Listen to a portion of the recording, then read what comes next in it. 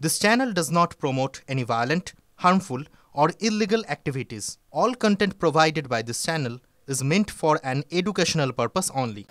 পেট্রাপোলের পর এবার ঘোচাডাঙ্গা বাংলাদেশে হিন্দু নিপীড়নের প্রতিবাদে ফের সীমান্তে বিক্ষোভ মিছিল শুভেন্দু অধিকারীর ধর্মরক্ষা কমিটি গড়ার সময় এসেছে। ঘোচাডাঙ্গায় ট্রেলার দেখালে জেহাদিদের আওয়াজ যদি বন্ধ না হয় তবে সিনেমা দেখাবেন এমনও হুঁশিয়ারি দিয়েছেন তিনি। হাসিমারায় রাফায়েল রাখা আছে, দুটো যুদ্ধ বিমান পাঠালেই কাজ হয়ে যাবে বলছেন শুভেন্দু অধিকারী। পেট্রাপোলের পরে ঘোচাডাঙ্গাতে ট্রেলার দেখালাম, মন্দির ভাঙা বন্ধ না করলে, চিন্ময় প্রভুকে মুক্তি না দিলে, জিহাদিদের আওয়াজ বন্ধ না হলে নতুন বছরে সিনেমা দেখাবো। আরে তোদের উপরে আমরা নির্ভর করি না, রাজাকারের নাতি, আমাদের উপর তোরা নির্ভর করেন। মোল্লা ইউনুস, ভালো করে শুনে রাখো, আমরা 97টা পণ্য না পাঠালে তোদের ভাত কাপড় জুটবে না। ঝাড়খণ্ড থেকে উৎপাদিত বিদ্যুৎ ফরাক্কা দিয়ে না পাঠালে 80 গ্রামে আলো জ্বলবে না বলে 4 ঘন্টায় কলকাতা দখল করব। আছে কিছু তোদের? হাসিমারাতে 40টা রাফেল আছে, আরো বহু জায়গায় আছে, কাছাকাছির নামটা বললাম। মাত্র 2টো রাফেলকে যদি উড়িয়ে দেয় ভারত, প্যান্টে বাথরুম করে ফেলবে ওরা।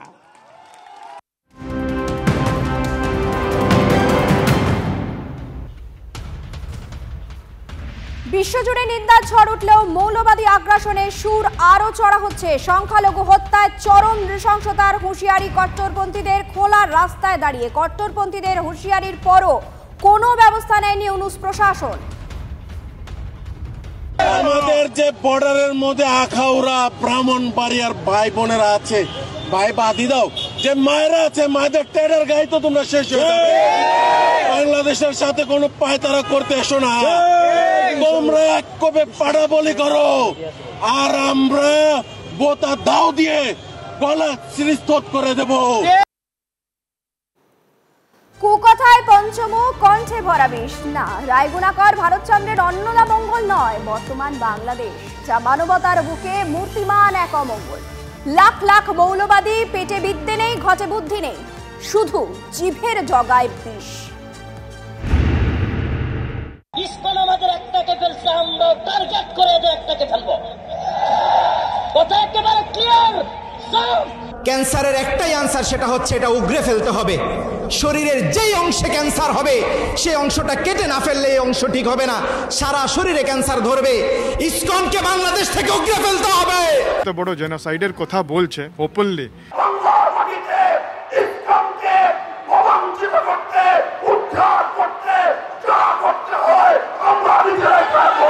বাংলাদেশের সমস্ত মানুষ ঐক্যবদ্ধভাবে ইসলামের বিরুদ্ধে আন্দোলন করবে, সংগ্রাম করবে, যুদ্ধ করবে ইনশাআল্লাহ। যদি এত লোক ওর কথা শুনে যদি রাস্তায় নেমে এরকম কিছু করতে শুরু করে, মুসলিম নামধারী যারা আবার এই ইসকন সভাপতি হিন্দুকে গ্রেফতার করায় সরকারের নিন্দা করতেছে, তাহলে বোঝা যায় এখনো দেশে ভারতের রয়ের দালাল আছে। রুশ ভারতের দালালেরা হুঁশিয়ার, সাবধান। দালালিয়ার কর্মীরা পিঠের চামড়া থাকবে না। ভারত তুমি খান খান হয়ে যাবে, টুকরো টুকরো হয়ে যাবে। এদেশের তৌহিদি জনতা নিজেরাই নিজেদের হাতে দায়িত্ব তুলে নিতে বাধ্য হবে। হেফাজতে ইসলাম বৃহত্তর কর্মসূচি নিতে বাধ্য হবে।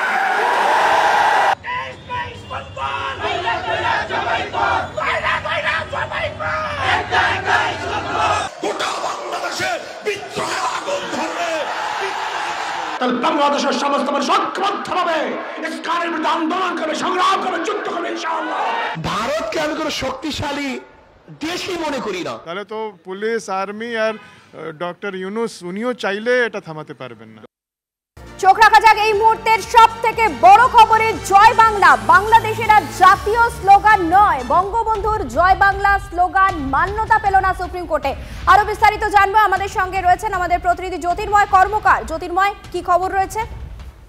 দেখো, মুক্তিযুদ্ধের সময় এই জয় বাংলা স্লোগানই বাংলাদেশের মানুষকে পাকিস্তানি সেনার বিরুদ্ধে লড়াইয়ের ক্ষেত্রে উদ্বুদ্ধ করেছিল এবং স্বয়ং বঙ্গবন্ধু শেখ মুজিবুর রহমান এই স্লোগান তিনি চালু করেছিলেন।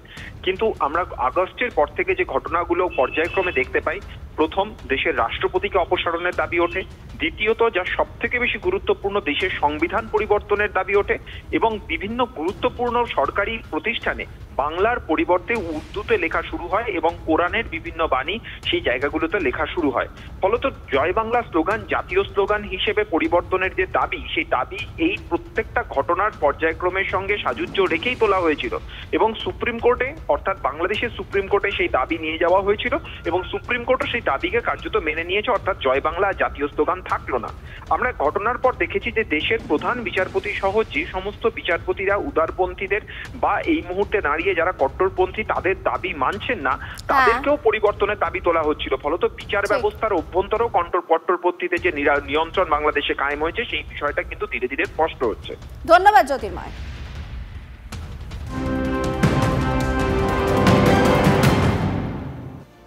চোখ রাখা যাক কালীঘাটের কাকুর মামলার দিকে। সুজয় কৃষ্ণের জামিন মামলায় ফের আদালতের প্রশ্নের মুখে সিবিআই। প্রাথমিক নিয়োগ দুর্নীতি মামলায় সুজয় কৃষ্ণকে গ্রেফতারের কি কোনো প্রয়োজন ছিল, এরকম বেশ কিছু প্রশ্নের মুখে সিবিআই কে পড়তে হয়েছে। আরো বিস্তারিত জানবো, আমাদের সঙ্গে রয়েছেন আমাদের প্রতিনিধি শ্রাবন্তী সাহা। শ্রাবন্তী, আর জয় মাল্য বাগচিঠি কোন কোন বিষয়গুলিকে সামনে এনেছেন, কি কি নিয়ে সিবিআই কে প্রশ্ন করেছেন? দেখো, যেহেতু ইতিমধ্যেই সুজয় কৃষ্ণ ভদ্র ইডি মামলায় জামিন পেয়ে গেছেন, সেখানে বিচারপতির বক্তব্য সিবিআই যে এখন তাড়াহুড়ো করে তাকে ওয়ারেন্ট অফ প্রোডাকশন ওয়ারেন্ট জারি করছে, এটা কেন? তার কারণ আগেই সিবিআই তাকে জিজ্ঞাসাবাদ করেছিল, যদি হেফাজতে নেওয়ার প্রয়োজন ছিল তাহলে ইডির আগেই তাহলে সিবিআই তাকে গ্রেফতার করতে পারত। হঠাৎ করে এই তাড়াহুড়োর কারণ কি? অন্যদিকে একই সঙ্গে বিচারপতি জয়মাল্য বাগচি মৌখিক নির্দেশ দিয়েছেন যে প্রোডাকশন অফ ওয়ারেন্ট সেটা কার্যকরী বিষয় জোর দেবে না সিবিআই। যদি সুজয় কৃষ্ণ ভদ্রকে আগামী সোমবারের মধ্যে ছেড়ে দেওয়া হয় তাহলে জেলের গেট থেকেই তাকে গ্রেফতারও করতে পারবে সিবিআই। চয়নিকা, ধন্যবাদ শ্রাবন্তী। চলে আসি শিলিগুড়ির একটি খবরে। প্রতিবেশী মহিলাকে অশালীন মেসেজ রাতে দার্জিলিং জেলা তৃণমূল ছাত্র পরিষদের সভাপতি তনয় তালুকদারকে আটক করে ছেড়ে দেয় পুলিশ। প্রতিবাদে থানা ঘেরাওয়ের ডাক বিজেপি সিপিএম এর। ঘটনা ঘিরে রীতিমতো হইচই বেঁধে যায়। গোসাইপুরের বাসিন্দা তনয় গত কয়েকদিন ধরে এলাকার এক মহিলাকে রাতে অশালীন মেসেজ করছিলেন বলে অভিযোগ। তনয়কে চেপে ধরেন ওই মহিলার বাড়ির সদস্যরা। এলাকায় পৌঁছে জেলা তৃণমূল ছাত্র পরিষদের নেতাকে আটক করে পুলিশ। অভিযোগ করে রাতেই অভিযুক্ত নেতাকে ছেড়ে দেওয়া হয়।